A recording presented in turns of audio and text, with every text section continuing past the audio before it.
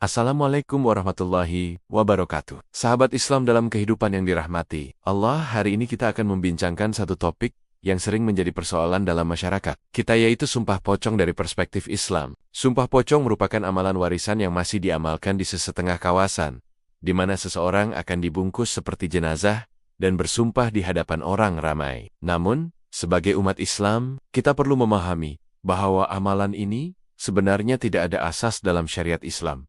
Dalam Islam, sumpah atau kesaksian hanya perlu dilakukan dengan menyebut nama Allah Subhanahu wa Ta'ala saja. Ia boleh menjerumuskan seseorang kepada dosa besar karena melibatkan unsur-unsur yang bertentangan dengan akidah Islam. Nabi Muhammad SAW bersabda, "Sesiapa yang hendak bersumpah, hendaklah dia bersumpah dengan nama Allah, atau hendaklah dia diam." Amalan sumpah pocong ini sebenarnya mencampurkan unsur-unsur budaya dan kepercayaan karut yang boleh membawa kepada syirik. Sumpah pocong dalam konteks hukum Islam adalah praktik yang tidak memiliki dasar hukum dan tidak diakui. Alih-alih menyelesaikan masalah, sumpah pocong justru dapat memicu konflik dan perselisihan yang lebih besar. Islam memiliki sistem hukum dan bukti sendiri yang jelas dan terstruktur. Tidak mengandalkan sumpah seram seperti sumpah pocong, Islam memiliki mekanisme penyelesaian sengketa dan penegakan hukum yang terperinci, seperti kesaksian saksi yang adil, bukti-bukti yang sahih, dan putusan pengadilan. Sumpah pocong tidak termasuk dalam mekanisme tersebut. Oleh karena itu, menyikapi sumpah pocong perlu dilakukan dengan bijak dan berdasarkan pemahaman ajaran Islam. Ini mengandung unsur syirik yang merupakan dosa besar dalam Islam. Kita harus percaya bahwa Allah Subhanahu wa Ta'ala Maha Adil dan akan membalas setiap perbuatan manusia sesuai dengan keadilannya. Jangan sampai kita terjebak dalam praktik-praktik yang bertentangan dengan ajaran Islam. Kepercayaan terhadap kekuatan gaib selain Allah SWT adalah perbuatan yang sangat tercela. Pertama, tidak sah secara hukum Islam.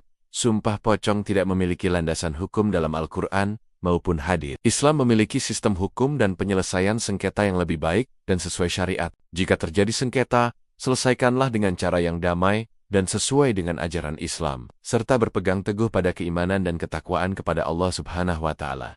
Kedua, mengandung unsur takhayul dan syirik. Praktik sumpah pocong seringkali dikaitkan dengan takhayul, kepercayaan terhadap kekuatan gaib di luar kekuasaan Allah Subhanahu wa Ta'ala. Ketiga, bisa merusak hubungan sosial. Praktik sumpah pocong dapat merusak hubungan sosial dan menimbulkan permusuhan di antara masyarakat. Rujuklah kepada para alim ulama yang berkelayakan untuk mendapatkan panduan yang betul. Keempat, menggunakan cara yang sesuai syariat. Jika terjadi sengketa, Islam menganjurkan untuk menyelesaikannya melalui jalur yang sesuai syariat, seperti mediasi dan musyawarah.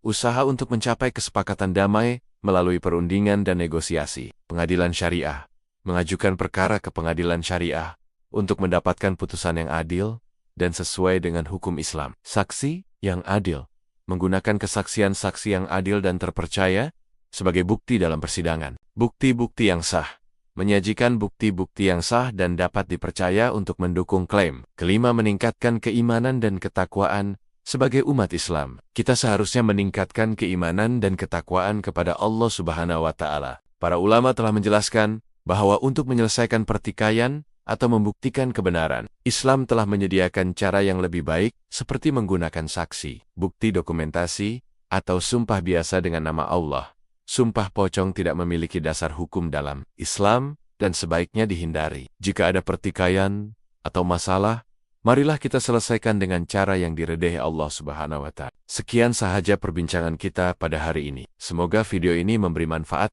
kepada semua. Jangan lupa subscribe channel ini dan kongsikan video ini kepada rekan-rekan yang lain. Jumpa lagi dalam video yang akan datang, insya Allah. Wassalamualaikum warahmatullahi wabarakatuh.